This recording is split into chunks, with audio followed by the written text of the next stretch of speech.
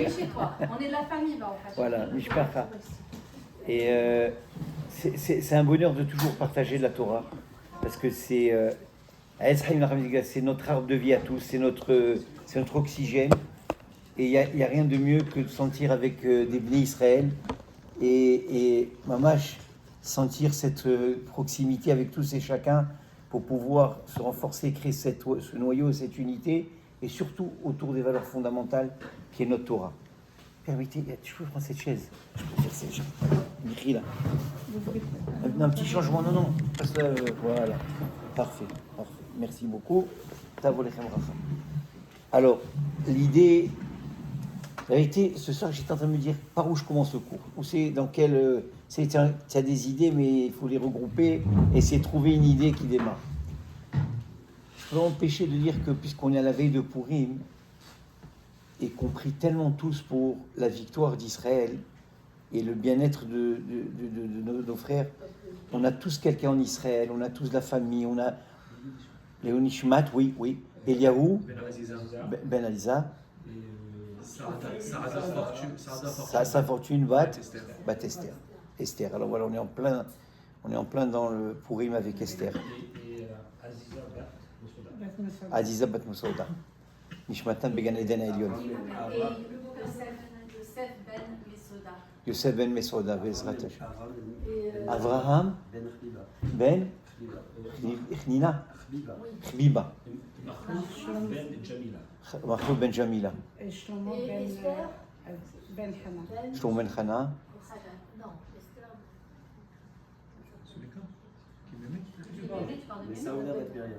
Et Masouda Bat Miriam.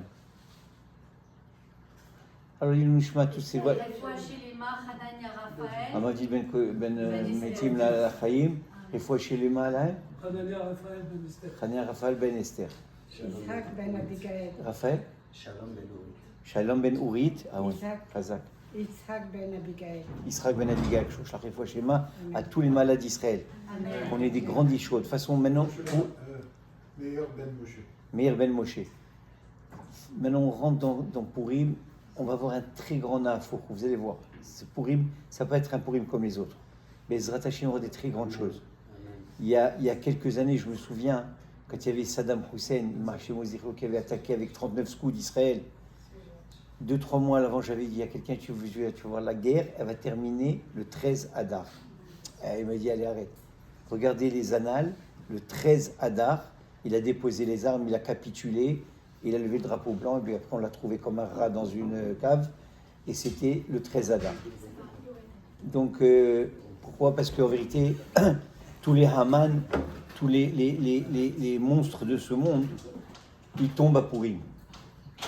Et donc on va essayer de faire, tout en réunion l'actualité, parce qu'on est tous concernés par notre actualité, et maintenant on voit à quel point tout cet antisémitisme, il déborde dans le monde entier. Même dans les derniers sondages américains, on a l'impression que les Américains, c'est le dernier bastion où on a des alliés, mais parmi le peuple, ils aussi se font bourrer la tête, notamment avec la propagande palestinienne. Et donc c'est un phénomène.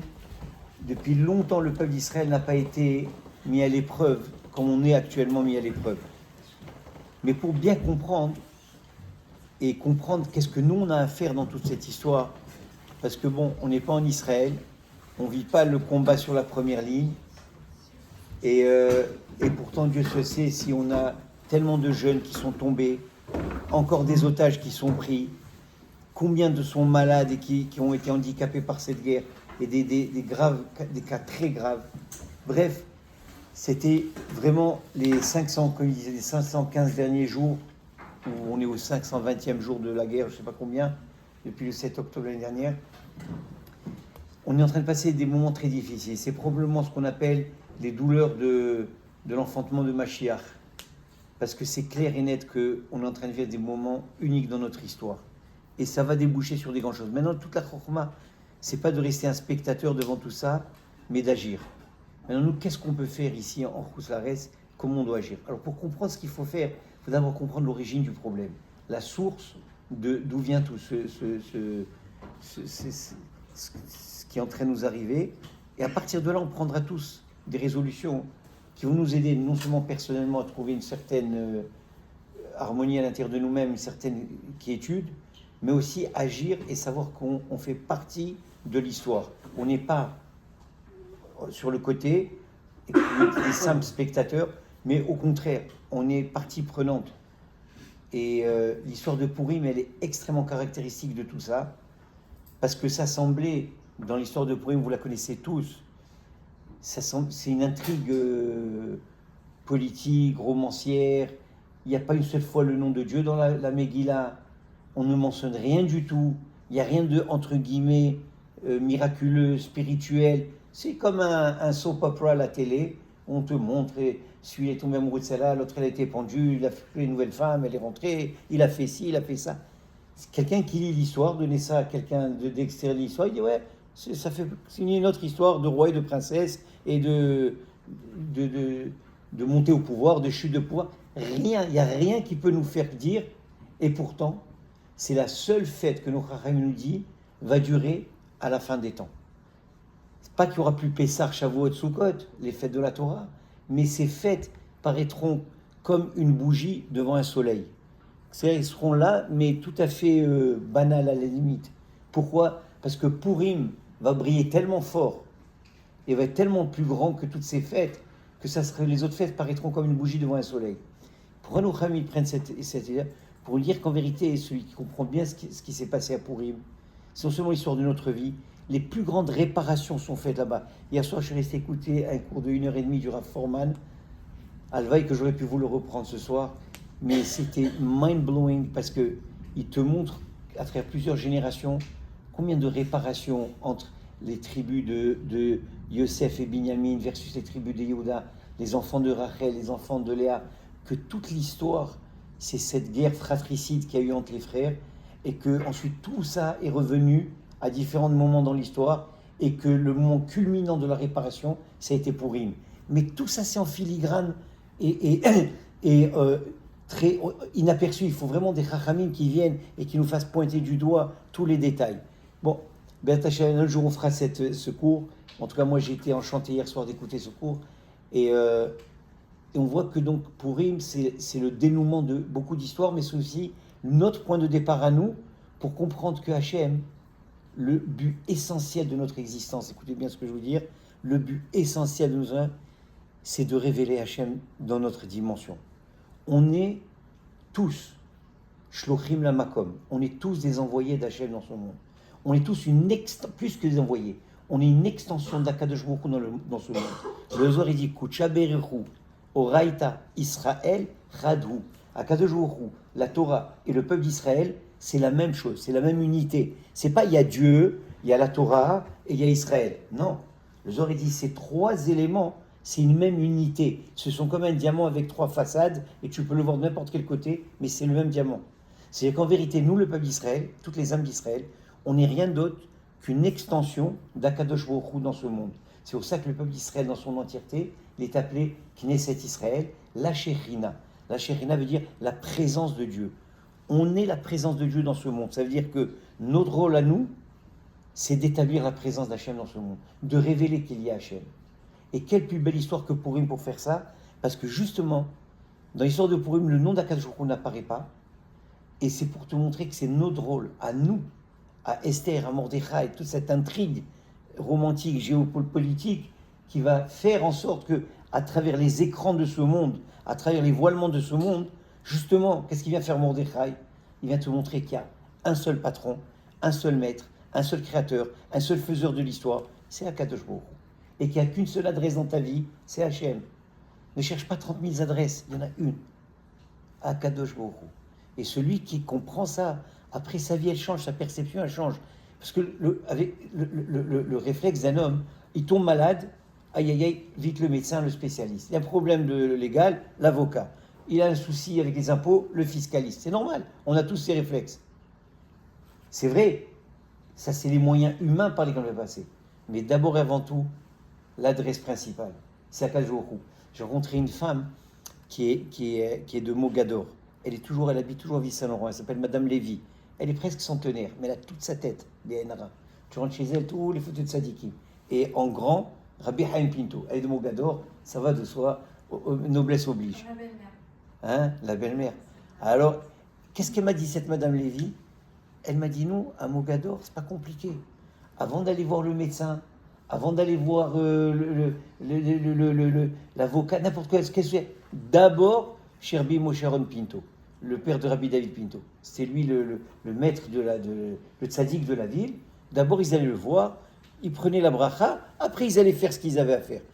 Selon mais d'abord, ils se comprenaient qu'il y a Hachem, les tzaddikim, on commence par ça. Une fois qu'on a mis le message à la bonne adresse, le reste va se dérouler tranquillement et tout va s'opérer, tout va se faire. C'est extraordinaire d'avoir des réflexes comme ça. C'est-à-dire qu'elle a tout compris, ils ont tout compris, ces gens-là. Et on devrait s'inspirer d'eux parce que c'est exactement la démarche. Dans tous les cas, revenons voir maintenant à la source. Et je commence par ça, après on va rentrer dans la Emouna, dans la Simcha, dans tout ce que Purim comporte. Donc je ne vais pas être trop m'attarder, je vais faire un overview de tout. Et Béat Hachem, que chacun puisse prendre ce qu'il peut prendre. Et il y a ici, en tant que représentant d'Hachem, on est avec le langage moderne, on est les proxies d'Akadosh Baruch Hu. Comme il y a ces diables, ces monstres qui sont les proxies de l'Iran, on dit à chaque fois le Hezbollah, le Hamas, le Yémen, les Houthis, c'est des proxies de l'Iran. Ben nous, on est aussi un proxy. Mais de qui? D'Akadosh Baruch Hu. Nous, on représente Hachem. Et on a une idée claire. Maintenant, qu'est-ce qu'il attend de nous, Hachem? On dit, c'est de le révéler. Et pourquoi il demande ça? Parce qu'Hachem, il a fait en sorte qu'il y a un être diabolique que lui-même a créé, que lui-même utilise Hachem Barach pour créer notre libre arbitre et de nous donner à nous des mérites. Un monstre qui s'appelle Amalek. Amalek, c'est un personnage de la Torah qui est là que pour faire la guerre à Akadosh Baruch Hu. Pas la guerre contre nous. Nous, il va la faire à nous parce qu'on est les proxies d'Hachem. Mais la source du problème, c'est Amalek contre Hachem. Regardez, je vais vous le dire.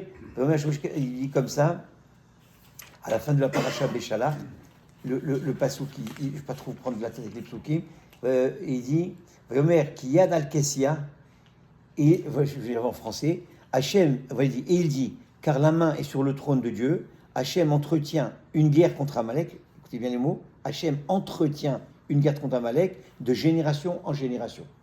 Et après, on passe à Paracha Yitro, la Paracha des 10 commandements. Ça, c'est à la fin, une fois qu'on a passé Kiryat Yam-Souf, après qu'on a eu les grands miracles de la mer, en route vers Matan Torah, vers Har Sinaï, qui vient, le diable de tous les diables, il vient nous attaquer. Et là, Moshe Rabbeinu, il réunit une armée avec Yoshua Binoun, 12 000 hommes, les plus de Sadikim, 1000 hommes par tribu, pour faire la guerre contre Amalek. Le mieux qu'ils ont réussi à faire à l'époque, c'est de l'affaiblir. On n'a jamais réussi à l'exterminer. Pourtant, c'est ce qu'Hachem désire, mais bon, pour le moment, on n'a pas encore les outils pour finir avec lui, on a au moins les outils pour et on va voir aussi quels sont ces outils-là. Dans tous les cas, ce Amalek, c'est qui ce Amalek? C'est qui ce personnage dont la Torah, elle dit Hachem entretient une guerre contre Amalek? C'est qui ce personnage? Eh bien, vous savez, c'est drôle à dire, c'est notre cousin. Vous savez que notre frère jumeau, qui c'est notre frère jumeau? Esav. Esav, il est né avec notre papa, Yaakov Avinu, dans le même ventre, au même moment, conçu de la même façon. Mais Esav, vous savez qu'il a pris une tangente complètement à gauche, et nous, on est sortis complètement à droite. Et les purs opposés. Esav s'écrit Sonné et Yaakov. Esav, il haït son frère. On ne va pas rentrer dans l'histoire, elle est trop longue, mais on connaît déjà un peu, chacun a déjà des notions de ce côté. Maintenant, lui, il n'a jamais pu finalement amener à bout son projet de terminer avec son frère Yaakov, parce qu'Yaakov était très fort spirituellement. À qui il a confié ça? À son petit-fils, Amalek. Amalek, c'est le petit-fils de Esav. Il regarde, dès que les Juifs sont faibles, spirituellement, attaque-les. Et je t'en prie, rends-moi service, voilà, c'est ton mandat, je te laisse ça comme héritage. Dès que tu vois les bénis Israël chuter spirituellement, n'hésite pas une seconde, terminer avec eux, c'est qu'ils sont en position d'être exterminés. Et c'est ton rôle. Et effectivement, Amalek, tant que Paro s'occupait de nous en Égypte et qu'on était écrasé par Paro, alors Amalek, il relaxait, il attendait, tranquille, sur la touche. Dès qu'il a vu qu'on a réussi à s'en sortir de Paro, il a dit quoi, c'est impossible, quoi, ils ont fait ça? Pas de problème, c'est lui qui vient. Lui et Et la Torah l'appelle Reshit Goïm Amalek, la tête de tous les Goïm, des 70 nations, c'est Amalek. Et il est versus le Ham Israël, que quand Yaakov Vinu est venu, descendu en Égypte, rappelez-vous, c'est écrit Shiv'im Nefesh Ba'u Misraïma. 70 âmes, 70 personnes sont venues en Égypte. Donc il y a d'un côté 70 personnes, qui est nous, tout le peuple d'Israël, versus 70 nations. À la tête, il y a Yaakov Vinu, Moshe Rabbeinu. Ici, Amalek, la tête de... C'est vraiment la confrontation, 70 contre 70. En parenthèse, jusqu'à aujourd'hui, il y a des anthropologues qui ont fait des recherches aujourd'hui, il n'y a pas plus que 70 nations. Malgré qu'à l'ONU, il y a 180 pays officiellement, mais en termes de nations, il n'y a que 70 nations fondamentalement. Ok ? Il n'y a pas une de plus, pas une de moins. Donc, coordination, par exemple, on peut regrouper tous les latins sous une même nation. Okay, les Espagnols, les Français, les Italiens, ça c'est une nation, ils ont la même racine. Les Anglo-Saxons, une racine, et ainsi de suite. Vous imaginez-vous un peu le truc. Bon, ces 70 nations, à leur tête, ils ont Amalek, le petit-fils de Esav, le petit-fils de notre frère jumeau. Et leur but, en tout cas, ce que leur chef y désire, c'est faire la guerre au peuple juif et nous anéantir. Pourquoi? Mais la question c'est pourquoi?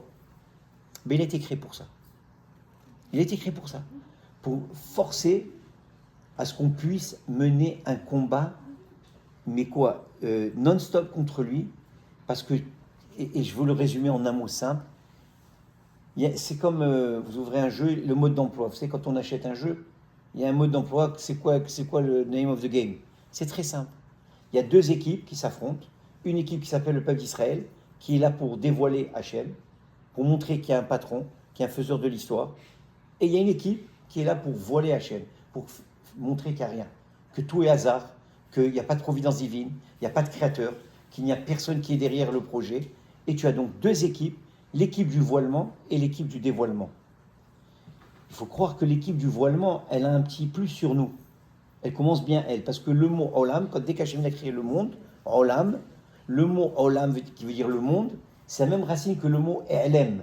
Elem qui veut dire voilé. Donc Dieu, dès le départ, il s'est voilé. Eh ben, ça joue en leur faveur. Et eux, ils jouent la carte du voilement. Et c'est facile à jouer. La preuve, regardez autour de nous. Combien d'églises sont ouvertes? Combien de temples sont ouverts? Rien. Les gens, ils ont complètement abandonné tout. Pourquoi? Parce que c'est plus facile. C'est moins préoccupant pour la Avodat Hashem, et on est moins engagé quand on a un patron sur la tête. On est moins, comme ils disent en anglais, accountable. Quand j'ai personne à qui de rendre compte, c'est plus pratique. Je peux faire ce que je veux. Je disais aujourd'hui, quand je voyais une vidéo sur Purim, et rapporter comment il marche Hitler, qui est un vrai Amalek de tous les Amalek, parce qu'il désire tellement détruire le peuple d'Israël. Comment ce Amalek, il dans ses livres, dans ses mémoires, dans Mein Kampf, dans tous ses livres, il disait que tout le but d'éliminer le peuple juif, c'est qu'ils ont introduit la notion de guilt feeling, de culpabilité dans le monde, et à cause de ça, il ne peut pas triper comme il a envie de faire. Il ne peut pas aller au casino et triper au casino, il ne peut pas prendre la femme de son voisin sans avoir de remords, il ne peut pas voler son associé sans se sentir mal à l'aise, parce que les Juifs ont introduit la notion de regret, de se sentir mal quand on fait une mauvaise action. Alors que nous, toute la base de la teshuva, c'est quoi? C'est au contraire, comment tu t'améliores, tu réalises que tu fais une erreur, tu te sens mal, tu prends acte et fait de tes erreurs, et tu grandis de tes erreurs, et tu t'améliores, et c'est comme ça qu'au contraire tu atteins une perfection. C'est quand justement Mais si quelqu'un ne regrette jamais ses fautes, et il fait la théorie de l'imbécile heureux, eh bien il sera un imbécile toute sa vie, il ne grandira jamais.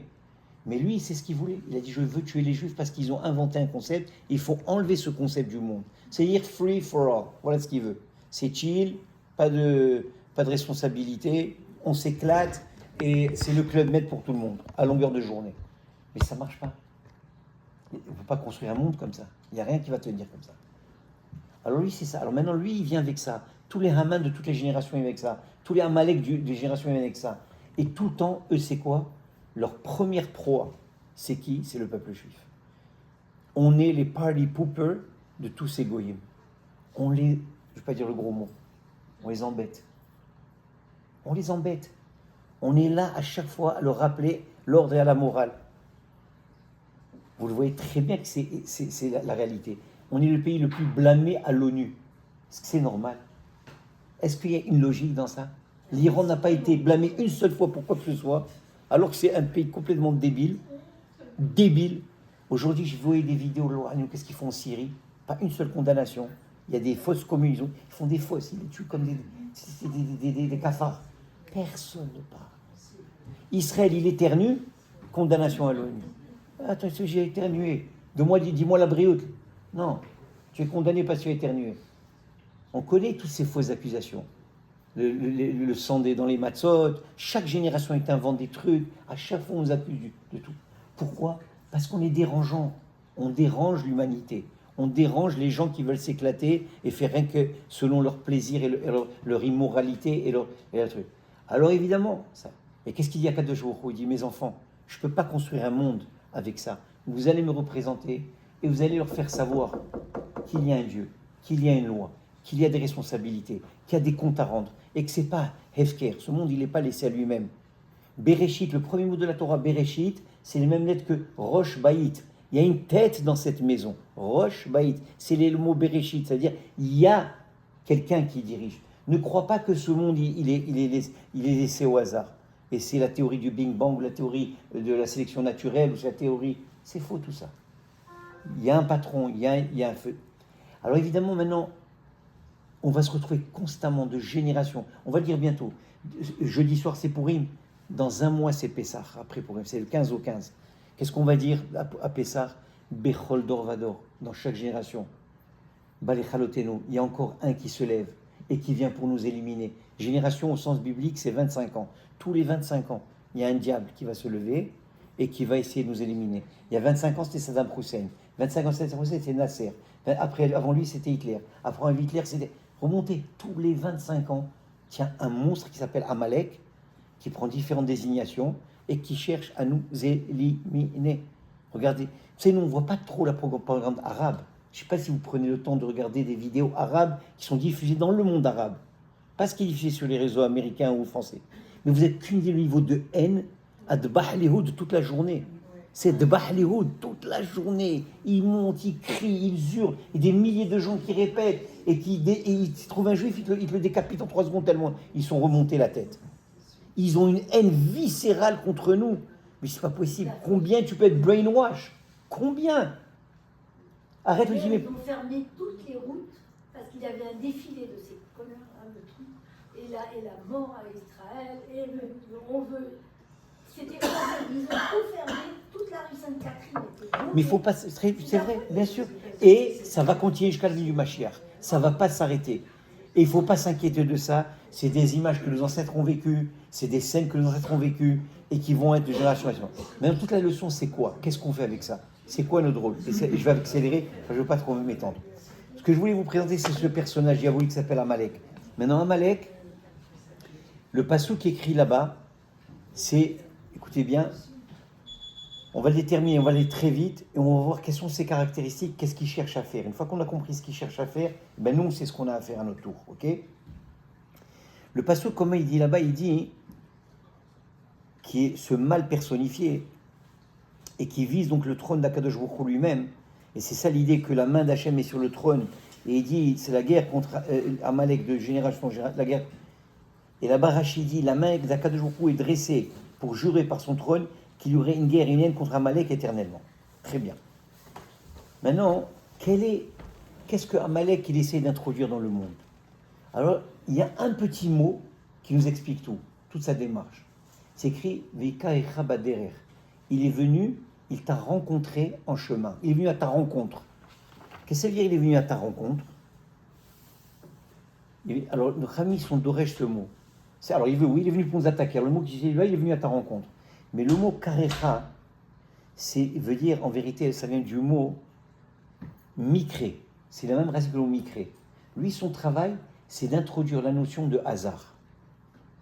Comment il introduit la notion de hasard? En te faisant croire qu'il n'y a personne qui veille à ce monde. Tout est par hasard. C'est la théorie, comme on entend plein de théories. Ça, c'est un. Deuxièmement, donc micré. Le mot kaera veut dire aussi, il vient te refroidir. C'est le mot kar. Kar veut dire froid. Qu'est-ce que veut dire te refroidir comment? Il vient te refroidir ton enthousiasme. Tu viens, combien de nous, Baruch Hashem, à chaque fois qu'on fait tes chouvas, on est content, on avance, on sent notre proximité avec Hachem. et tu vois qu'il y a un petit, il te rattrape et il commence à te baisser dans ton ardeur spirituelle. Combien de fois on s'est engagé à avancer après Kippour pendant l'année, et là on a dit ça y est Hachem, c'est fait, je fais une méga téchoua cette année, tu vas voir, et on prend des résolutions, et on est là, et on s'engage. 2 jours plus tard, on dirait une dégonflette. Pourquoi? Parce que c'est Amalek qui nous rattrape. On est en route vers Arsinaï, on est vers le sommet, on est en train de tout exciter, tout enthousiasme. Il vient, il te refroidit. Le Midrash, il raconte à quoi il compare Amalek, à quelqu'un qui vient et qui se jette dans une bouilloire d'eau bouillante, une baignoire bouillante. Le Rami dit, mais pourquoi il se jette dans une bouilloire? Il est malade, il va mourir lui-même.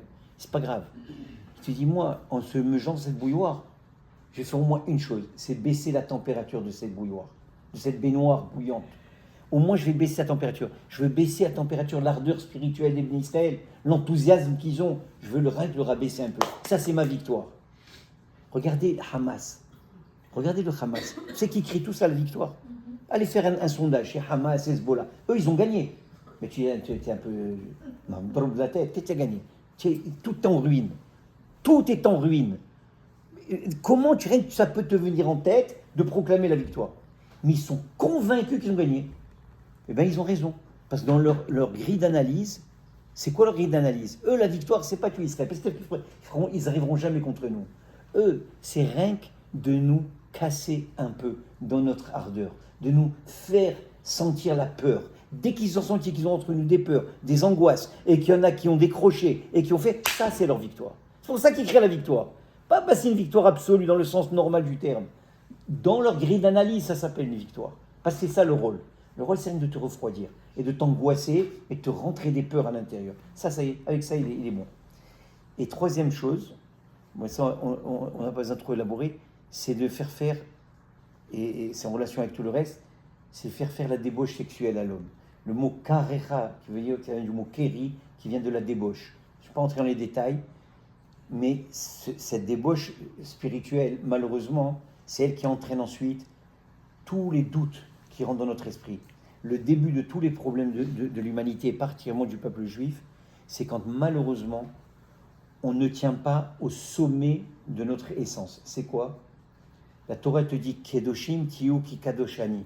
Soyez kadosh parce que je suis kadosh. Hachem nous donne à nous l'opportunité d'être au niveau de ce que lui-même il est. Et c'est quoi kadosh? Alors, regardez Rashi sur place. Vous savez qu'est-ce que c'est être kadosh? C'est être séparé de l'immoralité. Dès que l'homme il tombe dans l'immoralité, dans la débauche, et vous pouvez voir ce qui se passe autour de nous, eh ben, c'est le début de tous les problèmes. C'est le début de tout détachement. C'est le début de ce que Amalek, maintenant, il aura encore beaucoup plus d'emprise sur nous. Surtout pourquoi? Parce que quand on tombe dans la débauche, on perd ce qu'on appelle le da'at. Le da'at, c'est la conscience divine. Et quand on n'a plus de conscience divine, en adam chote ela nichnas bo roach shtut. Un homme ne faute pas seulement s'il y a un vent de folie qui le pénètre. Sachez-le, écoutez bien ce que je vais vous dire. De nature, on est kadosh. Rabbi Nachman, il dit de nature, on est kadosh. On est kadosh. Pas monsieur kadosh, je cite Kacher. Kadosh, au sens générique du terme. C'est-à-dire quoi? C'est notre nature première. Mais qu'est-ce qu'il fait, les Tzara? À chaque fois, il vient, il nous pique un peu notre kedusha. Comme un voleur. Il vient, il te vole. Il vient, il t'enlève ça. Il vient, il t'enlève ça.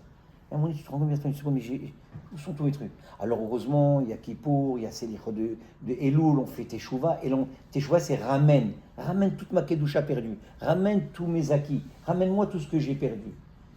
Mais le problème, que quand on perd cette kedusha, on devient très vulnérable aux attaques de Amalek. Très vulnérable. Pourquoi? Parce que justement, lui, son essence, le mot Amalek, c'est la même valeur numérique que le mot Safek. Safek qui veut dire le doute. Amalek, c'est 260, Safek 260. C'est la même valeur numérique. Saddam Hussein, 260. Tous les Amalek, ils ont la même gématria. Alors, quand tu réalises quelque chose, c'est que lui, son truc, c'est de rentrer avec des doutes. Est-ce que vraiment Dieu il existe? Est-ce que vraiment Hachem, ok, il existe, d'accord, allez, je t'accorde. Mais est-ce que tu penses qu'il fait attention à toi? Dans le détail, ça va les petits trucs, il va pas te voir, il fait ce que tu as à faire. Ah, et tu penses que ça, c'est un détail important pour Dieu, devant l'infinie grandeur de Dieu? Allez, on est d'accord, Dieu il est infiniment grand. Mais tu crois qu'il est, pour lui, si tu bois avec la bracha sans la bracha, ça va faire quelque chose à son niveau? Ça va rien faire. bois, ne bois pas, avec bracha, sans bracha, who cares? C'est tellement insignifiant. C'est ça son travail. Son travail, c'est constamment te rentrer des doutes sur la Emouna d'Israël. Et on va voir tout de suite, d'ailleurs, et je vais sortir de ce personnage parce que je vais aller plus loin, mais c'est intéressant quand même, juste un dernier mot, parce que c'est en relation avec Purim, c'est exactement ce qui va arriver avec, comment il s'appelle, Mordechai. Mordechai, quand il est dans la Megillah, à Cher Kaharou, là-bas aussi, il y a le même mot qui est utilisé. Mais on reviendra tout à l'heure à la Megillah. Maintenant, qu'est-ce qui fait Moshe Rabbeinu quand Amalek, on revient à l'histoire originale, qu'est-ce qui fait Moshe Rabbeinu quand Amalek nous attaque? Il va faire exactement ce que Mordechai va faire, ce que tous les grands tzadikim font. Quand on se fait attaquer par ces doutes, par ce refroidissement dans l'enthousiasme, celui qui nous fait rentrer le concept que tout est hasard, qu'il n'y a pas de providence divine, qu'il n'y a personne qui veille sur nous, quand on rentre dans toutes ces confusions mentales et on commence à avoir des peurs qui nous inhibent, qui nous empêchent d'avancer, 99% des gens pourraient être tellement plus puissants, ils ont un potentiellement tellement plus grand que ce qu'ils réalisent dans leur vie, mais ils sont remplis de peur et d'angoisse, et tout ça c'est le produit d'Amalek. Amalek, il ne veut pas que tu développes ton potentiel. Il vient, il te rend des inhibiteurs incroyables qui te font et tu as peur de tout à un moment donné. Tu as peur de grandir, tu as peur de ci, tu as peur de ça. Tout devient difficile. Et on reste coincé, cantonné dans notre petite structure par sécurité. On recherche une sécurité, on a peur de casser les barrières. To think out of the box. Vous savez très bien, les gens qui ont toujours ici le mieux, c'est qui? Ceux qui sont sortis de la boîte, qui ont pris comme on dit chez nous en anglais, hebel tarbah. C'est-à-dire, fais le fou et tu vas gagner, sors, casse les barrières, n'aie pas peur.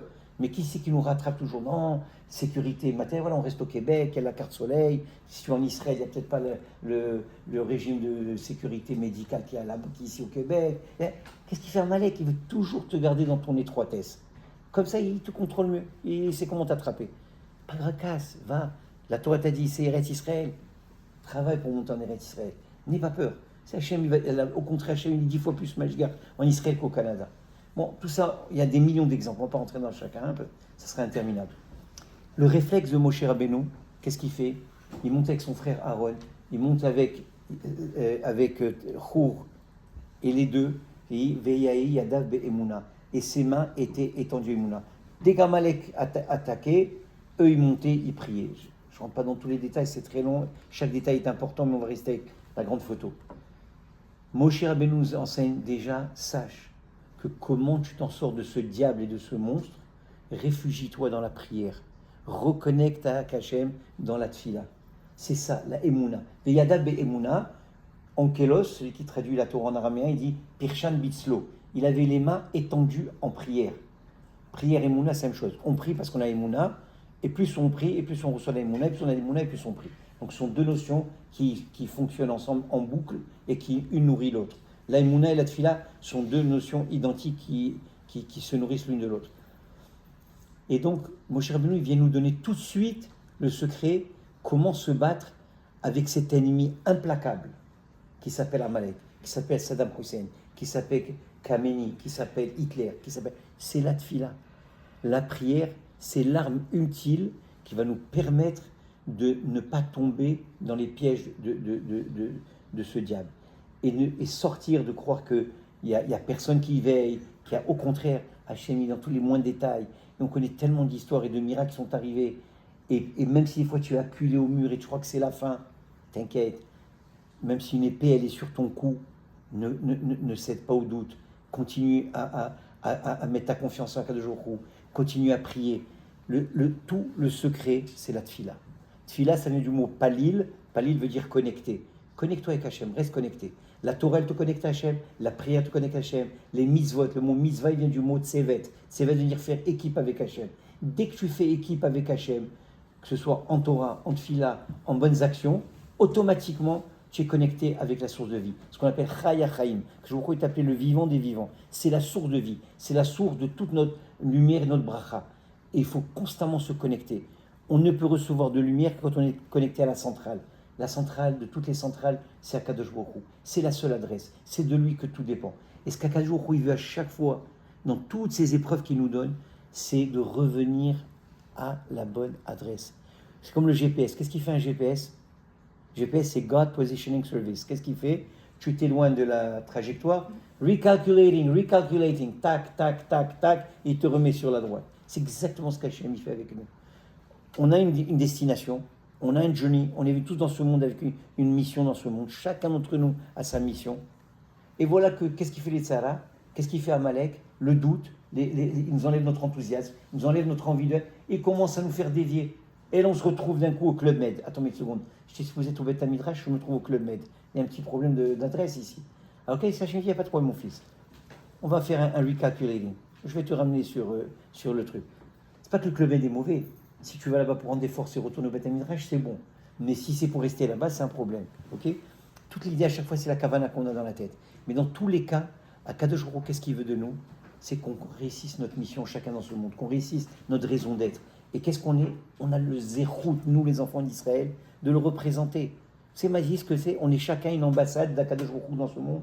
On est chacun un représentant d'Hachem. Et c'est pour ça, encore une fois de plus, que malheureusement, que les Chachamim disent que dès qu'on a reçu la Torah, Asher Bachar Banu Mikol Amim Venatan la Torah, il a choisi parmi tous les peuples, ils ont la Torah, ou à Har Sinaï, qu'est-ce qui est écrit là-bas? Sinaï, Milachon Sin'a, Yarda Sin'a la Olam. La haine, elle est descendue dans le monde. Parce qu'ils disent quoi? Eux, ils ont reçu la Torah, et nous, on n'a pas reçu la Torah. Vous connaissez les Midrashim, c'est eux qui l'ont refusé. Mais après, ils nous accusent qu'on leur a piqué. Toujours, c'est nous les problèmes. On est toujours le problème pour tout le monde. Mais en vérité, on sait très bien que c'est eux qui ont dit on ne veut pas cette Torah.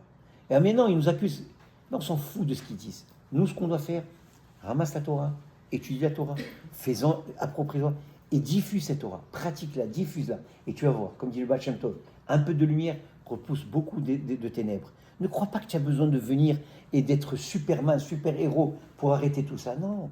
Parce que le darkness, les ténèbres, avec une petite bougie, tu peux éclairer énormément de ténèbres et faire une grosse différence. Alors des fois, on minimise notre impact, on minimise une petite mise. On dit, ah, qu'est-ce que cette mise va faire? Je vais mettre les téfilines, ça va faire une différence. Je vais manger un peu plus caché, Chalav Israël, ça va faire une différence. Bien sûr que ça fait une différence. Cette petite mise là, cette petite lampe dans ces ténèbres, tu n'as aucune idée combien ça va aller loin. Combien il y a un ripple effect qui va se faire et qui va amener ta mise à des millions d'années-lumière par rapport à toi-même. Et elle est infinie, elle va se propager jusqu'à l'infini. Donc chaque chose est précieuse. Rabbi Nachman dit un petit peu et c'est très bien. Les gens, vous savez que le Sahara, sa grande technique pour nous faire tomber, c'est la théorie de l'absolu. C'est où tu fais tout, ou tu fais rien. Voilà, c'est très simple. Et vous regardez combien de juifs sont tombés dans ce panneau. C'est où tu fais tout et tu es un super méga tzaddik, ou alors laisse tomber, ne cherche même pas à commencer à rentrer dans le truc. Ça, c'est la plus grande tarboula du Yetzirah. Rabbi Nachman dit pas du tout ça. Fais un tout petit peu et c'est très précieux aux yeux d'Hachem. Tu arrives à faire un petit truc, tu ne sais pas combien Hachem il se réjouit de ta petite mitzvah. Que toi tu considères petite à tes niveaux, mais pour Hachem, c'est immensément grand. Est-ce que nous, quand on est parents, on voit un bébé, il marche, il fait 2. Le Rav Sitruk Zachel et toi, il disait, oh mon fils, c'est un mathématicien, il arrive à dire 2 tout de suite. Mais à peine mais on est tout en émoi devant un bébé qui vient, qui commence à bouger, faire des premiers sons. C'est la même chose avec Kajoubourou avec nous. On fait un petit truc de rien, wow, regarde, il est toute la Pamala Shemala, tous les malachim d'en haut. Venez mes enfants, écoutez mes enfants, on va le dire à la Haggadah. Il réunit toutes les malachim d'en haut. Il dit, venez écouter mes enfants, comment ils me louangent et comment ils parlent de la sortie d'Égypte. Mais qu'est-ce que c'est? C'est rien par rapport à lui. On est infiniment petit par rapport à l'infiniment grand. Mais c'est pas grave. Hachem a un plaisir infini de tout ça. Alors il ne faut pas diminuer les petites choses. Au contraire, chaque étape, chaque point, il est très précieux aux yeux d'Hachem. Et tous les gens qui vivent dans l'absolu, ils se plantent. Même en business. Il y a des gens qui disent non, moi si je ne deviens pas milliardaire, je ne veux même pas commencer à travailler. Alors quoi? Il va aller sur bien être social. Mais tu es bête quoi. Il faut au moins quelque chose de ta vie. Organise-toi. C'est au tout ou rien. Regardez bien, il y a 2 nations. Moi je donne toujours cet exemple. Il y a 2 nations qui sont dans l'absolu. C'est lesquelles? Et c'est les nations où il y a le plus haut taux de suicide au monde. C'est lesquelles? Et c'est les nations qui sont très performantes. Ils produisent énormément, mais ils ont le plus haut taux de suicide au monde. Les Japonais et les Allemands. Les Japonais et les Allemands, regardez, faites une recherche, vous allez voir. Ils ont pourquoi? Parce qu'ils vivent dans l'absolu. C'est là-bas, si tu n'arrives pas premier, tu ne vaux rien du tout. C'est le concept des Olympiques. Qui c'est qui a introduit cette notion? C'est où tu as la médaille d'or, ou tu ne vaux rien du tout. Ou tu es sur le podium et c'est toi qui as relevé la médaille d'or, ou si tu es 4e, 8e, rien que le fait de participer, c'est pas le participer qui compte, c'est pas les efforts qui comptent, c'est le résultat. Faux. La Torah, elle n'a jamais mis l'accent sur le résultat, elle a toujours mis l'accent sur les efforts et le processus. Tant que tu es engagé dans le processus, you're good. Tant que tu es dans la bonne direction, c'est parfait. Que tu roules à 2 km à l'heure ou à 200 km à l'heure, c'est pas important. Tu es dans la bonne direction. Le driving. Chez les Japonais et les Allemands, si tu n'es pas le meilleur, tu vaux rien. C'est pour ça qu'ils se suicident sans arrêt. Pourquoi? Parce que c'est où je fais le top ou rien. Eh bien, il n'y a rien. Voilà. Et on va vers le suicide. Donc nous, Baruch Hashem, Israël, on est le peuple de l'espoir, on est le peuple de la Torah, le peuple de la lumière, le peuple qui a non toutes ces valeurs. Maintenant, on va aller des choses plus faciles et plus agréables. Enfin, tout est agréable, la Torah est agréable, mais disons des choses. Rabbi Nachman, il vient, il te dit maintenant, comment tu défais cet être diabolique?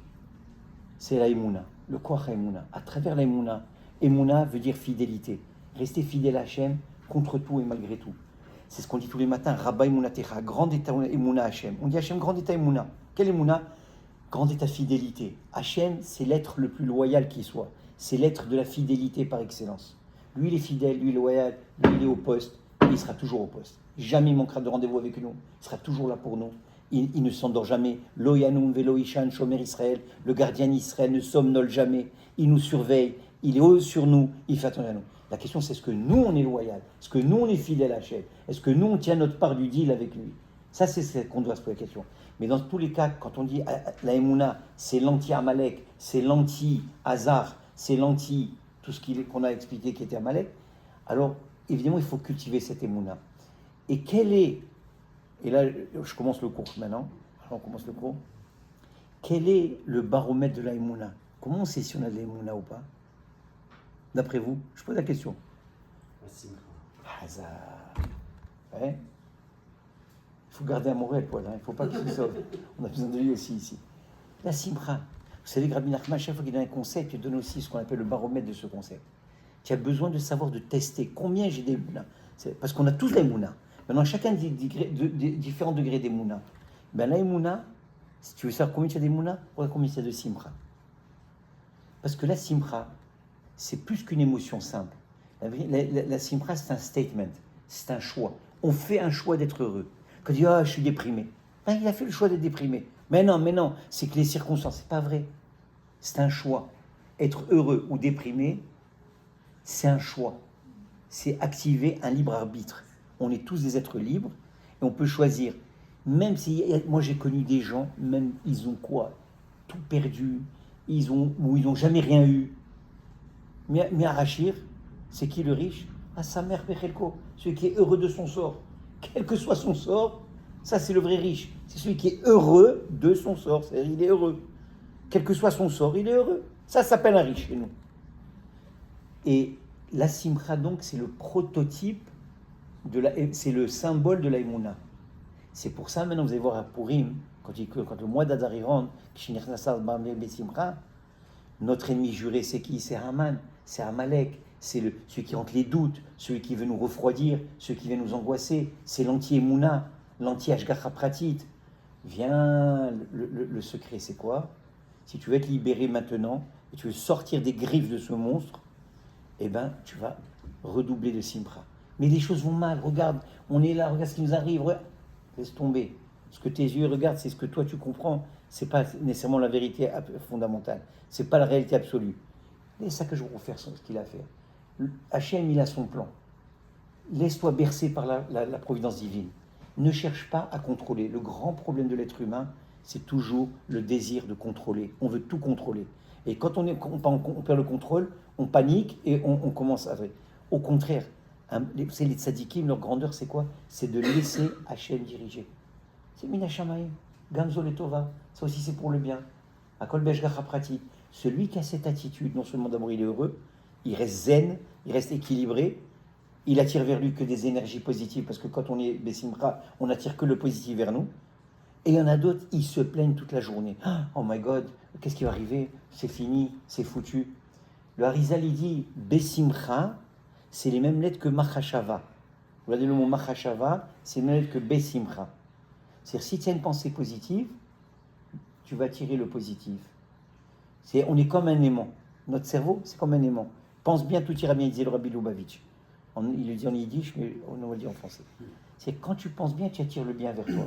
Tu penses mal, tu attires le bien. Tu es Bessimcha, tu vas attirer. Tu es Machashava Tova. Le Rabbi Israël Baal Shem Tov, au nom du Zohar Kadosh, il dit Un homme se trouve à l'endroit de ses pensées.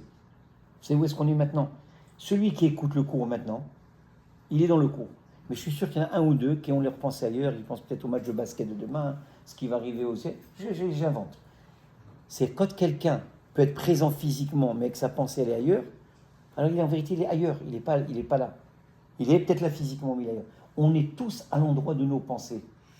Et si j'ai des pensées positives, je suis déjà dans un endroit positif. Je suis déjà dans une configuration positive. C'est là où on se trouve. Même si physiquement, le gars il est en prison, le Hanou Hashem Ishmor, il est en prison physiquement, Yosef Hatzadik en prison. Combien de cas on nous racontait sur des rébellions qui étaient là-bas avec si mais quand leur tête elle est déjà avec un mode Géoula, un mode libération, un mode positif, ils sont déjà dans cette mouvance. Alors on peut le voir de nos yeux, non mais il est mal pris. C'est ce que tu vois. Il est à l'endroit de ses pensées. Donc ça déjà c'est un truc très très important. C'est très nouveau. Vous allez me dire ouais mais attends une seconde, on gère pas nos pensées. On est les victimes de mauvaises pensées. Et c'est vrai, 99,9% de nous, on est tous des victimes de nos pensées. La preuve, Ravari Kaplan dit quelque chose de très fort. Et la preuve qu'on ne contrôle pas nos pensées. Venez, on fait un petit exercice. Je vais arrêter de parler et pendant 1 minute, on va arrêter de penser. Impossible. Attends, on va se dire, non, attends, je vais arrêter de penser, j'entends plus rien, je mets les bouchons d'oreille, les Q-tips. Impossible. Ton cerveau, il va continuer à t'envoyer 1000 pensées. Donc ça prouve quoi? Qu'on n'est pas en contrôle de nos pensées. Alors tu me dis, il faut avoir des pensées positives. Ouais, mais attends, mais je ne les contrôle pas mes pensées. Comment tu veux que je puisse être positive puisque je n'ai pas le contrôle sur mes pensées? Vous voyez un peu le cache-toi et tout. Alors comment on fait? Comment on fait? Est-ce que vous avez compris le problème? Il est simple le problème. Alors, c'est Paul qui m'a donné l'inspiration pour parler de ça tout à l'heure. Rabbi Nachman, ça prend une seule chose. Rabbi Nachman, il le rapporte, et je vais citer un maître qui est dans nos générations actuellement, qui s'appelle Rav Aryeh Kaplan. Je ne sais pas si vous avez entendu parler de lui. C'était le who's de la physique américaine. C'était le bras droit de Oppenheimer. Okay, c'était un génie de tous les génies. À l'âge de 22 ans, il a connu Rabbi Nachman et il a écrit 12 livres sur Rabbi Nachman. C'est dans la génération. Dont 3 ou 4 livres qui s'appellent Meditation Kabbalah, Meditation the Bible, Jewish Meditation. C'est un génie de tous les génies. Et là-bas, il rapporte tous les systèmes méditatifs, tous les systèmes de méditation. Et il explique que, par exemple, les goïms, quand ils vont méditer, quelle est la raison que les gens méditent? Il y a beaucoup de gens qui font de la méditation. Quelle est la raison première pourquoi les gens méditent, font de la méditation? Vous savez pourquoi les gens vont méditer? Parce qu'ils veulent contrôler leurs pensées. Ils veulent apprendre à focuser. Vous savez, moi, je suis à l'école, je peux vous dire quelque chose. Et s'il y a un enseignant dans la salle, il va vous dire, il va confirmer ce que je vais vous dire. Audrey, tu peux confirmer? Un enfant ne peut pas se concentrer plus que 8 minutes. Un adulte, 20 minutes. C'est pour ça que le Rav Pinto, il fait des raves de boum, 20 minutes. Un adulte a beaucoup de concentration. Après 20 minutes, il disjoncte. Notre force de concentration est très limitée. Alors, il y a des gens qui sont HDHD, je ne sais pas comment ils les appellent. Alors, je suis encore un enfant. Hein? Mais on est tous des enfants, Baruch Hashem. Alors maintenant, comment on fait pour se concentrer? Et des tzadikim, qui prennent la Torah, ils peuvent rester 12 heures sur un livre, sur une page, et le monde entier peut sauter autour d'eux, ils sont dans leur livre, ils ne bougent pas. Ils restent super concentrés. Toutes leurs pensées, elles sont là-dedans. Comment c'est possible? Imaginez-vous, je ne sais pas si quand vous étiez jeune, vous étiez à l'université, vous avez étudié la veille d'un examen. Moi, je me rappelle, la première heure, Gabriel, tu as dû passer par là pour sûr. La première heure, c'est tout lent. Tu commences à... Mais quand tu restes 3-4 heures sur des textes, on dirait que ton cerveau, à la 4e heure, il s'ouvre comme ça, et là, tu rentres toute l'information à une vitesse vertigineuse. Tu arrives à l'examen, tu écris tout, et après 3 secondes, tu as tout oublié. Mais au moins, ça marchait pour l'examen, parce que quand tu restais dans un mode de concentration forcé, parce qu'il y avait très peur de rater ton examen, mais tu recevais une quantité énorme d'informations, et tu es capable de stocker énormément. Mais de façon simple. Rav Aryeh Kaplan, il rapporte comme ça, il dit, tous les systèmes méditatifs qui existent dans le monde ont un seul et unique but. C'est quoi? C'est de permettre de dresser nos pensées. Les pensées, imaginez comme un cheval sauvage. Vous avez vu un cheval sauvage? Est-ce qu'on est capable de... C'est très difficile, il faut le dresser, il faut lui apprendre jusqu'à ce que tu es capable de focuser. C'est quoi focuser? C'est avoir une pensée. En hébreu, on appelle ça la kavana.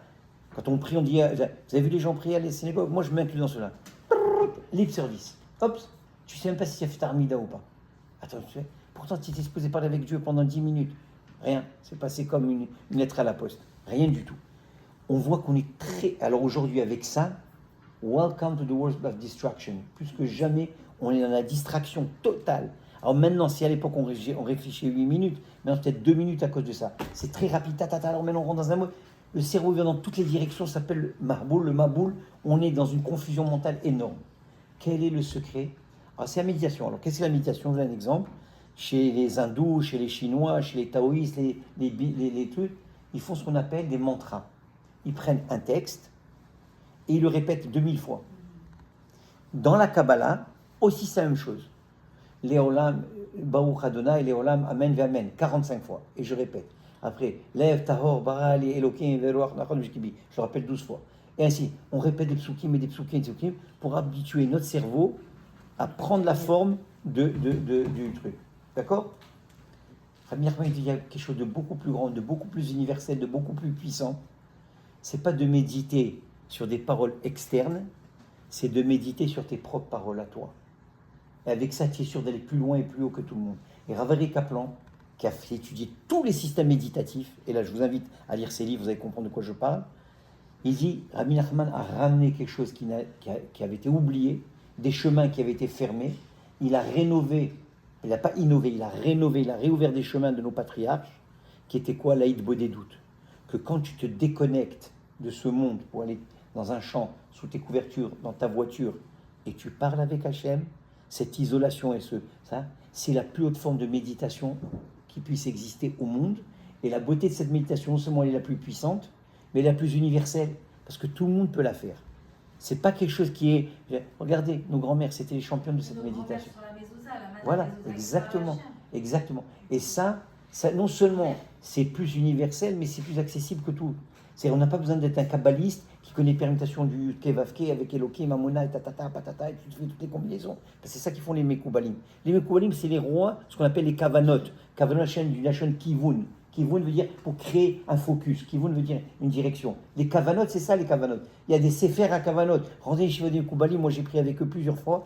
Une Amida que moi je fais en 5 minutes, eux ça prend 60 minutes. Plusieurs fois j'ai fait Kippour, Anar, Shalom, Rehov Agrippa, Yerushalayim. Pendant 1 heure chrono, je n'exagère pas, tu entends rien que les pages tourner. Et quand tu regardes une page à eux, c'est rien que des noms d'Hachem, des permutations, des trucs. Ok, c'est Hachem, heureuse et leur part. Ils sont à ce niveau-là, ils comprennent. Mais nous, alors, nous, on est foutus. On fait pas partie du système. Rabbi Nachman te dit, il y a un système qui est non seulement qui fonctionne, mais encore il fonctionne mieux que ce système de livres. C'est fou ce qu'il dit. C'est-à-dire quoi? C'est le fait de rien que de prendre le temps de parler avec Akadosh Baruch Hu, de s'isoler et de parler avec Hachem. Tu peux non seulement rester focusé, parce que quand maintenant, voilà, je vais un exemple, je suis en train de vous parler, je suis obligé de penser à ce que je suis en train de vous dire, sinon vous avez problème à boule totale. Je commence à divaguer, si maintenant je pense à mes trucs et je ne me concentre pas à vous dire, mais je vais l'air complètement... Eh bien, c'est la même chose quand on parle avec Hachem, on est obligé de se concentrer sur ce qu'on est en train de dire avec Hachem. Donc j'apprends à mon cerveau à focuser à travers mes propres paroles. Donc je ne fais pas de la méditation sur des phrases extérieures à moi, mais sur mes propres paroles. Et ça, c'est beaucoup plus puissant pour créer un lien avec Akadosh Baruch Hu et pour générer ce focus et cette attention. Et quand j'ai ça, non seulement d'abord, j'ai appris à focuser, mais surtout, j'ai appris à connecter avec Hachem. J'ai appris à créer un pont extraordinaire entre Hachem et moi. Et là, c'est toute la différence du monde. Là, Amalek, il peut essayer tout ce qu'il veut, il ne pourra jamais pénétrer là-bas. C'est un endroit où il n'a pas accès. C'est un endroit où lui, il n'y a que Hachem et moi. Il n'y a personne d'autre. Il ne peut pas pénétrer dans cet endroit. Et ça, c'est la force de tous les tzadikim. C'est d'aller chercher la prière, de se renforcer la prière. Et comment je sais que ça marche tout ça? C'est que quand je finis une Nidbo des doutes, et je vous invite à essayer, je suis sûr qu'il y en a beaucoup de... Tu as une simcha, une joie intense, tu ressens cette connexion avec Hachem, et il n'y a pas un plus grand plaisir au monde de sentir que tu t'es rapproché d'Hachem. Hachem, il t'enlace, il dit, ma fille, mon fils, je t'aime, tu es mon enfant, tout ce que tu veux. Tu sais, quand tu ressens ce sentiment, cet enlacement d'Akadosh Baruch Hu, mais tu fonds. Et tu fonds pas avec des pleurs d'angoisse, avec des pleurs de joie. C'est pas des pleurs de... Pourquoi? Parce que tu sens cette proximité avec Hachem. Ce que le Ramcha, il appelle la dvekut. Dvekut, ça vient du mot d'évêque, cette colle, cette union avec Hachem. Ce sentiment que tu retournes dans ta matrice et que tu reconnectes avec ta source, avec qui tu es. Parce qu'on est, comme j'ai dit au début du cours, on est une extension d'Hachem. C'est reconnecter avec son origine, son point d'origine. C'est reconnecter avec le soi le plus profond. On a chacun on est chacun Elokut, on est divin, on reconnecte avec notre point divin qui est en nous. Et ça, à travers les voies des doutes, on reconnecte avec ça. Et quel est le sentiment? C'est ça. Alors maintenant, j'avance très vite parce que sinon on ne va jamais terminer. Quelle heure il est là? Je ne vais pas prendre trop de temps. Ma femme me dit que ça va soit pour. Allez, on fait encore 10 minutes. C'est bon, 10 minutes ou c'est trop? 5 minutes? 10 minutes. 10 minutes? Allez, les crèmes avec de l'eau. Un petit break. Pause syndicale, pause syndicale.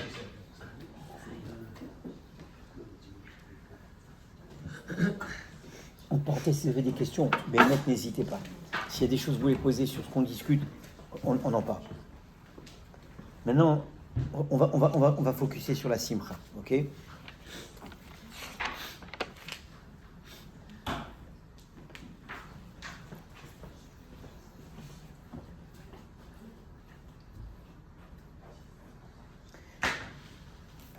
Rabbi Nachman, il commence une Torah qui s'appelle la Torah 24, dans le Tignana, il dit comme ça.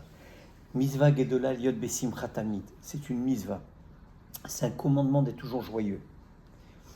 Et toujours de faire tout pour s'éloigner de la tristesse.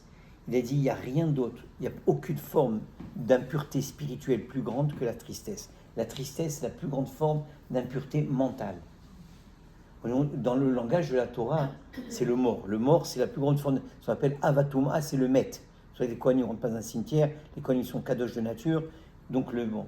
Il y a encore une source plus grande dans Touma que le mort, c'est la tristesse. La tristesse, c'est la mort de la mort. Et donc il faut s'en éloigner comme de la peste. Et tout faire pour ne jamais, jamais être triste, ne jamais tomber dans l'amertume. Pourquoi? Écoutez ce qu'il dit. Ça, c'est un truc de fou. Et toutes les maladies viennent d'un kilkul à simcha, d'une détérioration de la joie. Aujourd'hui, vous entendez souvent des gens, des maladies psychosomatiques. Ok, 90% des maladies sont psychosomatiques. C'est vrai, c'est prouvé que les ulcères, c'est psychosomatique, le cancer, c'est psychosomatique, cette maladie. Bref, toujours, mais la haute pression, moi, je suis, monsieur, vous êtes trop de stress, calmez vos stress. Tout est dans la tête. Et tout, on le voit, tout est dans nos têtes. Comment Machashava, encore une fois de plus, chez Mama Chashava, qui n'est pas Bessimcha, parce que c'est les mêmes lettres Machashava et Bessimcha, alors qu'est-ce qui arrive? La maladie, elle suit. Rabbi Nachman, il dit, je ne vais pas vous lire le texte parce qu'il est trop long, il dit on a 10 pulsations dans notre corps. Et ces pulsations, quand elles sont en harmonie, on est en santé.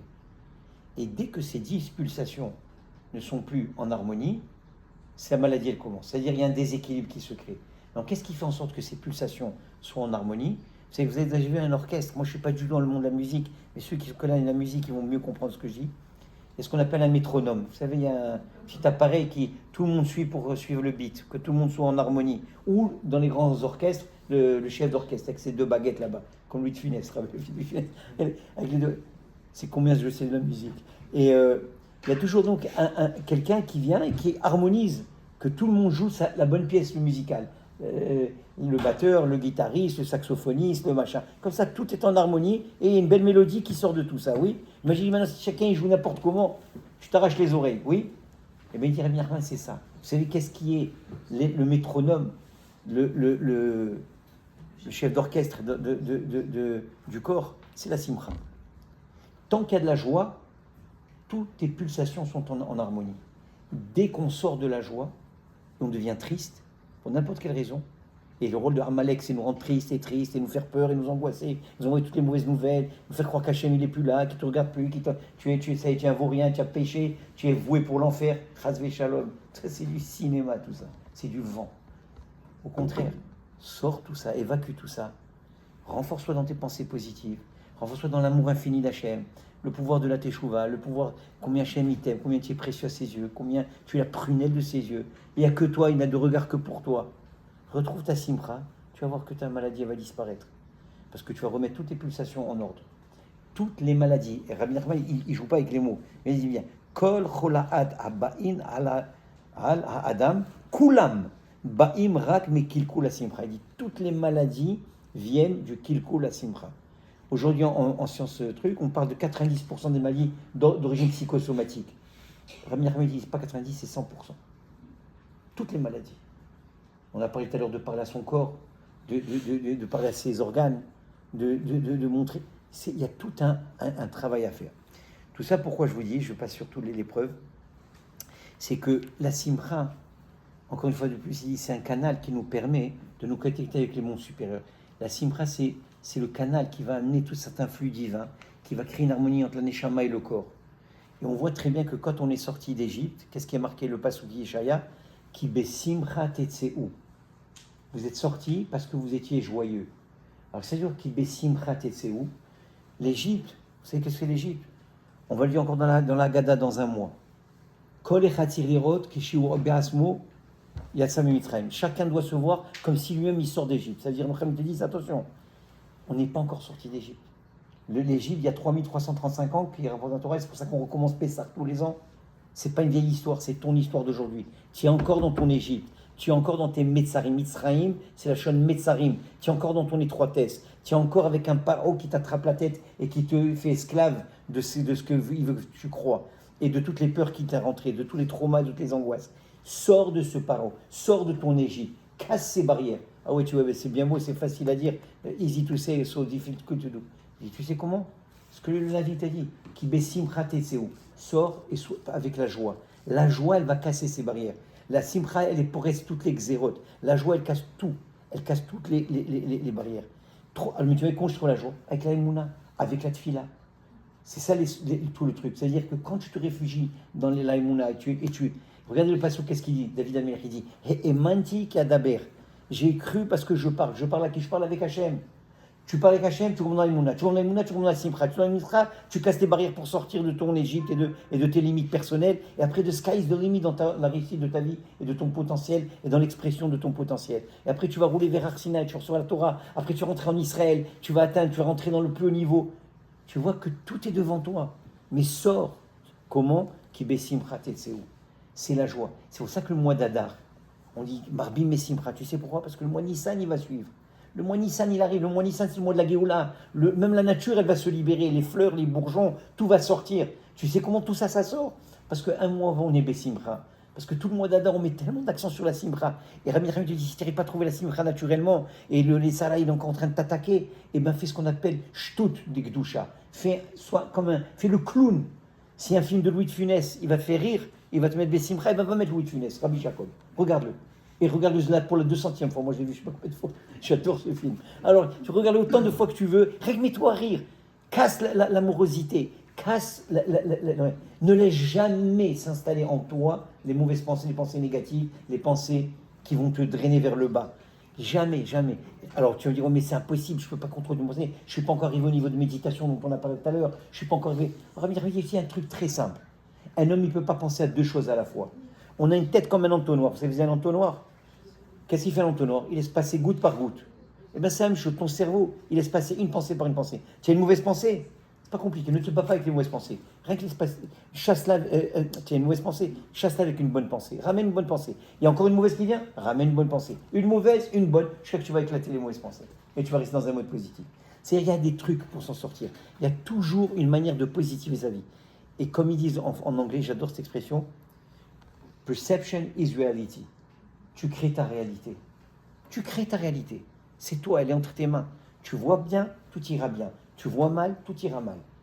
C'est toi. Your perception creates your own reality. En anglais, ils appellent une expression très connue qui s'appelle self-fulfilling prophecy. Tu crées ton devenir. C'est toi qui le crées. Alors, si tu restes dans un mode positif, un mode de Mouna, de Simcha, malgré tout et contre tout, alors on se fait attaquer de tous les côtés, on se fait blaster. Pas grave, il y a Hachem, un ennemi Levado, il y a une adresse, ils peuvent faire les clowns. Ça fait 3335 ans, tous les empires ont disparu, tous les diables ils ont disparu 1 million de fois. Encore un nouvel imbécile qui se lève. Moi, chaque fois je vais dire, les pauvres, ils ne savent pas ce qui leur attend, tous ces imbéciles. Ils ne savent pas ce qu'ils sont, vers où ils se dirigent. Vers leur tombe, ils creusent leur propre tombe. Ça va, allez, vous avez fait ce choix d'être méchant. Eh bien, vous vivrez dans le mensonge et dans la mort et dans la déprime. Nous, Besimcha, Be'ahava, Be'gdusha, Be'achdut, on reste unifiés. Et ça aussi, on n'a pas parlé d'unité, mais combien cette unité, elle est précieuse pour le peuple d'Israël, ce shalom, mais le point de truc, c'est reste attaché à Kadosh Baruch Hu. Ne laisse, comme on dit, David Amer dit, Shiviti Hashem Negdi Tamid. J'ai toujours Kadosh Baruch Hu devant moi, tout le temps. les choses vont mal. Je me rappelais que Hachem, il est là. Rappelle-toi, fais-toi un siman, fais-toi un signe. Rabbi Nachman, il a une petite histoire. Une fois, il y a un conseiller du roi, il est venu voir le roi, il a dit, on a un gros problème. Toute la récolte, elle est contaminée de blé, et tout celui qui va manger de ce blé, il va devenir fou. Alors, il dit, qu'est-ce qu'on fait? Il dit, ben, c'est très simple. Puisque tout le monde, il n'y a que ce blé à manger, eh ben, on va tous manger, toi et moi inclus. Il dit, non, mais attends une seconde, tu rigoles ou quoi? Mais on va dire fou, nous aussi on va dire fou. Non, on va faire une différence, toi et moi on va faire quelque chose. On va se mettre un petit signe sur le front qui va nous rappeler qu'on n'était pas fous. Et éventuellement on sortira de notre folie. Alors on n'a pas le choix, parce que si on ne mange pas et que tout le monde devient fou, c'est nous qui allons paraître comme des fous. Mais si on mange et qu'on est comme tout le monde, okay, mais on va se faire un siman. On va se rappeler qu'on n'était pas fous. Alors tu fais-toi aussi des petits simanim, fais-toi des rappels. Rappelle-toi combien Az ayinu kecholmim. Az. Ah, il y a une époque où on était comme des rêveurs. C'est vrai, on était des rêveurs. Mais tu vas voir que tes rêves ils vont se réaliser. Believe in your dreams, et tout va se réaliser. Il y a un temps où le Mashiach va venir. Je dis, ouais, combien de gens sont pessimistes? Allez, ça fait 3000 ans qu'on l'attend, il n'est jamais venu. T'inquiète pas, on a la patience du monde entier, il finira par débarquer. Je ne me laisse pas prendre par le doute, par Amalek qui vient, qui m'attaque. Allez, tiens, pigeon, à quoi tu crois? Moi, j'entends malheureusement certains de mes frères qui me parlent comme ça. Je dis, soyez patient, savlanout, comme ils disent en Israël. Chouïa, chouïa, tu verras, ça, tout arrive en bon temps. Hachem, il a un plan beaucoup plus grand que ce que toi et moi on a. Il sait exactement où est-ce que ça va. Dans tous les cas, la simcha, ce n'est pas une option, c'est pour notre santé, pour notre connexion, pour un bien-être de vivre, pour tout. De toutes les manières, la réalité, elle est là. Alors autant bien la vivre. Ce que tu as fait des villas avec la mienne. Ça va mener les fouets, ça va les machins. Et un truc que j'ai lu qui m'a complètement explosé, je le partage avec vous. Il dit, vous savez que quand on est joyeux, on a parlé tout à l'heure, la joie, elle régularise les 10 pulsations, oui, du corps qu'on a dit tout à l'heure. Mais ces 10 pulsations, il explique qu'elles sont en relation avec ce qu'on appelle les asar mamarot de la création, avec les 10 paroles de la création. C'est que le monde a été créé par 10 paroles, oui. Eh bien, écoutez bien comme c'est fort ce qui est rapporté ici, c'est pas de moi ça, je vous rapporte ce que j'ai lu. Il dit que ces 10 pulsations, quand elles sont en rapport avec les 10 paroles de création et aussi les 10 commandements, mais on va laisser tomber les 10 commandements, on va se concentrer sur les 10 paroles de création. Il a dit qu'est-ce qu'on fait? C'est qu'on se rattache aux 10 paroles de création. C'est-à-dire que dès qu'on est Bessimcha et qu'on harmonise nos 10 pulsations, on se rattache aux 10 forces, aux 10 paroles créatrices de la création et on se régénère entièrement. On retourne comme une cellule souche qui revient et qui se reproduit, comme si on se reconnecte. On retourne dans qu'on appelle ça la matrice, merci. Dans la matrice de ça. Il y a un rebirth total qui se fait. La simra, elle te régénère en permanence, parce que tu es en connexion avec les 10 paroles de création, qui sont la source de toute la création, et tout ce qui a été créé. Donc imaginez-vous combien la simra, c'est pas une option. C'est vraiment quelque chose qu'on doit cultiver avec toute la force du monde. Tel point que la Torah dans Parashat Kitavo, elle vient plus tard, et elle nous fait des clins, des malédictions que personne, tout le monde a peur de monter à cette paracha. Il n'y a que le rabbin de la synagogue qui monte parce que truc. C'est des clins, des malédictions qu'on tremble de peur, hein, Gabriel, quand à chaque fois. Et là-bas, c'est marqué pourquoi? Vous savez pourquoi c'est marqué? Avant de nous faire la liste de toutes ces malédictions, qu'est-ce qu'il y a?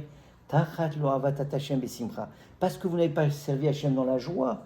Alors, toutes les catastrophes du monde qui nous tombent dessus. Comme Astérix Obélix, le ciel nous est tombé dessus.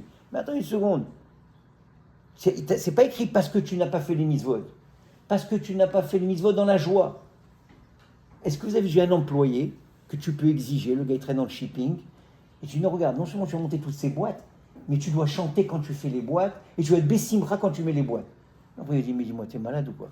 Tu me payes pour mettre les boîtes, lâche-moi le reste. Si j'ai envie de pleurer en montant les boîtes, c'est pas ton problème. Mon travail c'est de mettre les boîtes. Non, Hachem te dit non. Tu mets les boîtes en chantant, en chanson. Chante-la ta chanson, n'aie peur de rien. Ça veut dire quoi? C'est-à-dire pourquoi il nous dit ça? Pas parce qu'il nous force. Parce qu'il sait que c'est la clé de notre libération. Tu ne seras plus dans le shipping. Si tu te mets à chanter, tu passeras du shipping à la comptabilité. La comptabilité, tu seras le prochain patron de la boîte. Mais rien continue à chanter. C'est elle qui va te libérer. C'est la simcha. Sinon, tu vas rester ta vie dans le shipping là-bas. Apprends à être besimcha. C'est encore une fois de plus. La joie, c'est un choix. C'est pas un résultat, une conséquence de ce qui nous arrive. On fait un choix et qui est lucide de décider de l'être ou de ne pas l'être. Et c'est pour ça que dans ce mois d'Adar, on dit Adar, c'est Aleph Dar, Dieu réside parmi nous. Et on sent sa présence, on sent les miracles. Et là, la grosse question, et je termine avec ça, est-ce que c'est la joie qui amène le miracle ou c'est le miracle qui amène la joie? Vous avez suivi la question? La joie qui amène la joie. Alors, je vais écouter, qu'est-ce que tu dis, Gabriel? La joie qui amène le miracle. La joie qui amène le miracle. Est-ce qu'il y a d'autres opinions? Si on a écouté ton cours, c'est la seule réponse. Bon, alors je C'est la joie qui amène le miracle. je vais être les deux. Ouais. En vérité, c'est les deux. Je vais vous donner des exemples, vous allez comprendre que c'est les deux. Quand on était en Égypte, alors que je dis tout à l'heure, le navire est venu qui est Bessim Pratetseou. Soyez béjois et vous allez sortir. Mais on était esclaves, écrasés, 49 pierres de Touma, 210 ans d'esclavage. Va dire à un mec qui voit son bébé embriqué dans les pyramides, va dire, sois Bessimra, allez, chante. Elle chante, je vais te mettre une tarte sur le bois. Qu'est-ce que je vais faire? Alors qu'est-ce qu'il a fait Hachem? Alors il a compris qu'on ne pouvait pas sortir, on ne peut pas être joyeux. Il a envoyé les 10 makotes. Le but des makotes, c'est de nous renforcer dans la émouna et dans la joie. Quand on voyait les makotes, pendant l'année avant de sortir d'Égypte, on n'était plus esclaves. L'esclavage avait terminé. Alors c'était une année où on était spectateurs de la déconfiture des Égyptiens. On les voyait mais crumbled en dessous de leur pyramide. Et tous les jours, il y avait un spectacle. Vraiment, c'est en écran haute définition. Évidemment, on voyait tout ça, on dit waouh. D'abord, ça nous a renforcé la mouna. Il faut savoir que les makotes n'étaient pas de nos Égyptiens. Les makotes, c'était pour nous renforcer à nous. C'est quoi ma faute? Makot, c'est les plaies, les 10 plaies d'Égypte. Les 10 plaies d'Égypte, Dan, Serdia, Kénim, les sauterelles, le sang, tout ce que vous les locustes, les machins, tout. Jusqu'à Makat Bechot, c'était pour nous renforcer à nous. Pour qu'on ait plus de Emouna. Et on a dit tout à l'heure, Emouna et Simcha, ça va ensemble. Et dès qu'on était Bessimcha, c'était là le moment de partir. On a trouvé la force pour partir. Parce que le miracle nous a amené à la joie, et la joie nous a permis de sortir de notre Égypte, de notre étroitesse. Dans d'autres cas, on voit que c'est l'inverse. On voit que le fait de vivre un miracle ramène la joie et nous reconnecte. Par exemple, l'exemple qui me vient, il y en a tellement, mais j'en donne un comme ça. Quand Yaakov Avinu, pendant 22 ans, Yaakov Avinu, notre ancêtre, il était triste. Vous savez qu'est-ce qui est arrivé? Pourquoi il était triste, Yaakov Avinu, pendant 22 ans? Pour Yosef. Il croyait que son fils était mort. Ou il se disait peut-être qu'il était encore vivant, mais en tout cas, il n'avait aucune nouvelle de lui, il ne savait pas ce qui se passait. Cette notre ami nous dit, pendant 22 ans, Yosef Hatzadik n'avait plus roi HaKodesh. Pourquoi? Parce qu'il était triste.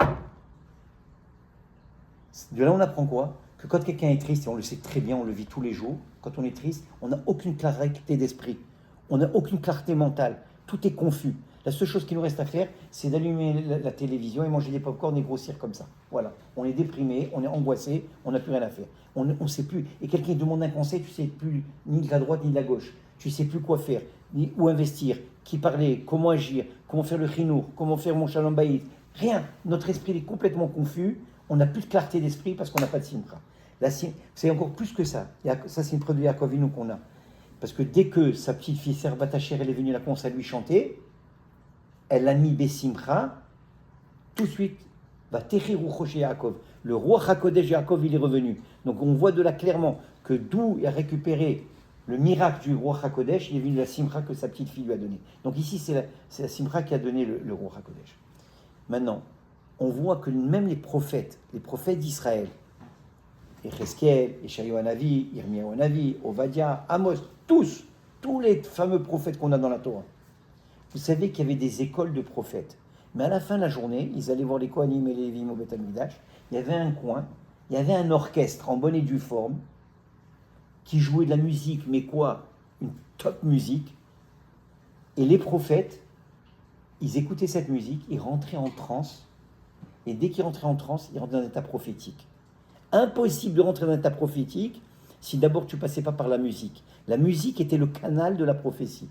Sans musique, il n'y a pas la musique de Mozart qui t'angoissait, de Tchabeb, tu as envie de te sauter du pont. Non, la musique qui rentrait dans la Neshama, qui faisait vibrer la Neshama. Les prophètes ne devenaient prophètes qu'à travers la musique. Ils rentraient en transe que dans un mode musical. C'est ce qu'on appelle le rolam de Hatzilut. Hatzilut, c'est le 4e monde, le monde le plus éthéré, le plus spirituel. C'est le monde des cantillations, des taramim dans la Torah. Vous savez, quand on va à la synagogue, on attend du Baal Koré qui chante, et on lui fait des remarques quand il ne fait pas la mauvaise cantillation. Le Harizal dit c'est le plus important, plus que la lettre, plus la consonne, plus que les voyelles, c'est la note musicale. C'est le plus haut niveau. Parce que je sais pas.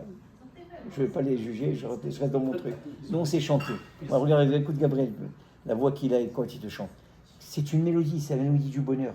Et tout ça, ça crée la truc. Maintenant, tout ça pour vous dire qu'en fait, en effet, est-ce que c'est la joie qui amène le miracle qui amène la joie? C'est les deux. C'est très simple. Tu es Bessimcha, tu as un miracle qui va arriver. Tu as un miracle qui arrive, tu es doublement Bessimcha. Tu es doublement Bessimcha, tu auras un triple miracle qui va t'arriver. Tu as un triple miracle qui t'arrive, mais tu as quoi 3 fois la même? C'est un loop. C'est un système continu, c'est une spirale vers la positivité. C'est les deux qui sont interconnectés. Comme je disais tout à l'heure, Tefila et Mouna, ce sont deux concepts qui vont de pair. Tu as plus tu pries, plus tu as les Mouna, plus tu as les Mouna, plus tu pries. Mais c'est la même chose ici. Plus tu es Bessimcha, plus tu as des miracles. Et plus tu as des miracles, et plus tu remercies Hachem, et tu chantes Hachem, et tu glorifies Hachem. Et tout ça, ça va ensemble, et ça va toujours interloquer. Alors, c'est pas important qu'est-ce qui démarre l'un ou l'autre, de quelle manière tu rentres dans la spirale positive. Commence par le miracle, finis dans la joie, elle t'amène au miracle. Mais dans tous les cas, c'est dans ce modèle qu'il faut être. Et rester dans cette spirale de montée et de connexion. Alors, Bezrat Hachem, que ce mois d'Adar, ce Purim, soit un Purim extrêmement joyeux. Regardez, nos Khamim, ils nous disent, écoutez bien, pourquoi on met le masque? Je vous laisse rien qu'avec cette idée. Pourquoi on met le masque? C'est pour nous rappeler, la Torah dit, la Gemara pose la question, Purim dans la Torah, d'où est la source dans la Torah de Purim? Me'ain, à Purim, il dit, Aster, Astir, voilé, je me voilerai. Il y a eu un voilement divin. La face divine s'est cachée, on ne reconnaissait pas, on ne voyait plus Hachem dans notre réalité. Et on a paniqué. Le seul qui a gardé la lucidité d'esprit, c'est Mordechai. Lui, il n'a pas perdu la boussole, et il a tout mis en place, les tfilotes, les jeûnes, les machins, la teshuva, boum, ça a renversé, Naafochou, tout s'est transformé, et de la catastrophe, on est rentré dans le plus grand mode de Simra et de miracle. Mais tout a commencé par un voilement de la face divine. Quand on met le masque à Purim, c'est pour se rappeler le voilement, parce qu'on ne reconnaît pas quelqu'un qui met un masque, oui, c'est pour se rappeler ce voilement. Et comment est-ce qu'on enlève ce voilement? Et à mon avis, il faut bien enlever le masque. Enlever vos masques, c'est quoi? C'est justement avec la joie, avec la teshuva, avec le désir de se rapprocher d'Hachem et de dire à Hachem, monsieur, arrête de te cacher de nous, révèle-toi, montre-nous ta face, dirige-nous, panim el panim, on veut vivre cette connexion, cette proximité.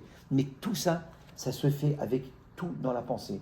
Et plus, écoutez bien, vous faites les fous à Purim, vous vous déguisez, vous faites n'importe quoi qui va vous rendre joyeux, qui va créer une atmosphère à la maison, il faut de la musique à tue-tête, il faut faire évidemment les Mishloch Manot, c'est pour connecter les uns aux autres.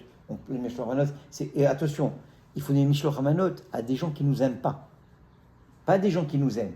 C'est pas donner à ma mère et à ma tante, non, t'aimes trop cela. Tu vas rien gagner à leur donner des cadeaux. Va choisir ton voisin qui t'engueule tous les jours parce que tu lui mets la neige sur son truc. Tu dis, regarde, tu l'as mis sur la main. Moi, une fois, j'ai avec mes enfants, j'étais petit sur les mailing, il y avait un bonhomme, il nous détestait, je sais pas pourquoi. Je lui ai dit, les enfants, on va lui donner un Michelin.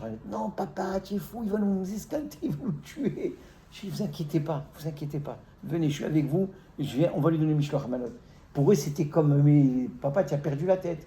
On tape à la porte avec le grand Michelin Ramanot. Le type, il ouvre. Il ne savait pas qu'est-ce qu'il veut faire avec nous. Il nous frappe comme d'habitude, il nous insulte comme d'habitude. Mais là, je suis avec un cadeau. Et bien, il a fondu comme une glace au soleil. Et depuis ce jour-là, il devient un ami. C'est ça. Michelin Ramanot, c'est Ishlerehu, c'est créer cette unité. Matan Rivionim, donner aux pauvres. La Megillah, évidemment, jeudi soir, il y a la première lecture, vendredi, la deuxième lecture. Il y a le jeûne, jeudi, il faut faire le Ta'anit.